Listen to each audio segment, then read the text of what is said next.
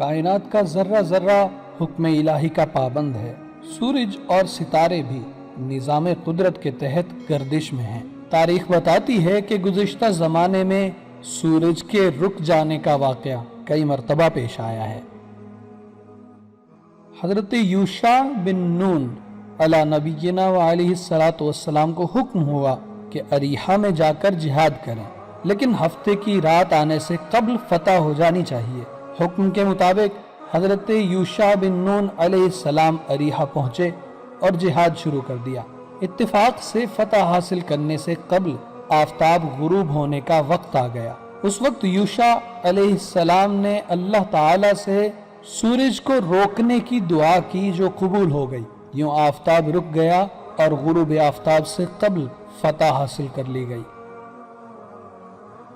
حضرت موسیٰ علیہ السلام کو حکم ہوا کہ فرعون کو چھوڑ کر بنی اسرائیل کو دریا پار کر کے لے جاتے وقت حضرت یوسف علیہ السلام کے تابوت کو بھی لے جانا، لیکن یہ کام طلوع آفتاب سے قبل ہونا چاہیے۔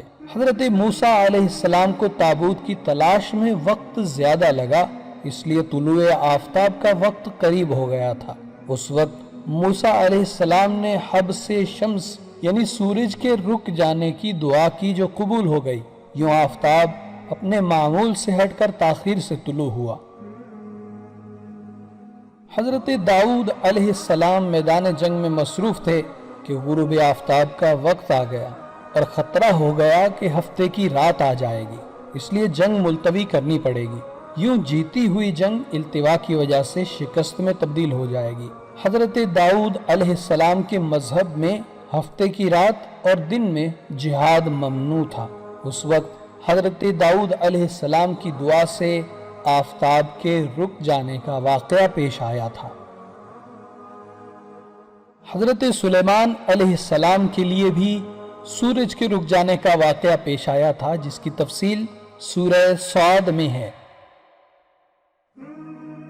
حضور نبی کریم صلی اللہ تعالی علیہ وسلم کے لیے بھی حبس شمس کے واقعات بارہا پیش آئے۔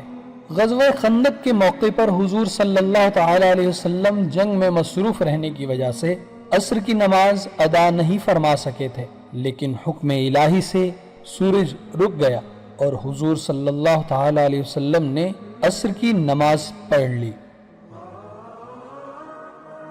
معراج کی رات بھی سورج کے رک جانے کا واقعہ پیش آیا تاکہ حضور صلی اللہ تعالی علیہ وسلم طلوع آفتاب سے قبل دیدار الہی کا شرف حاصل کر کے واپس مکہ مکرمہ پہنچ سکیں۔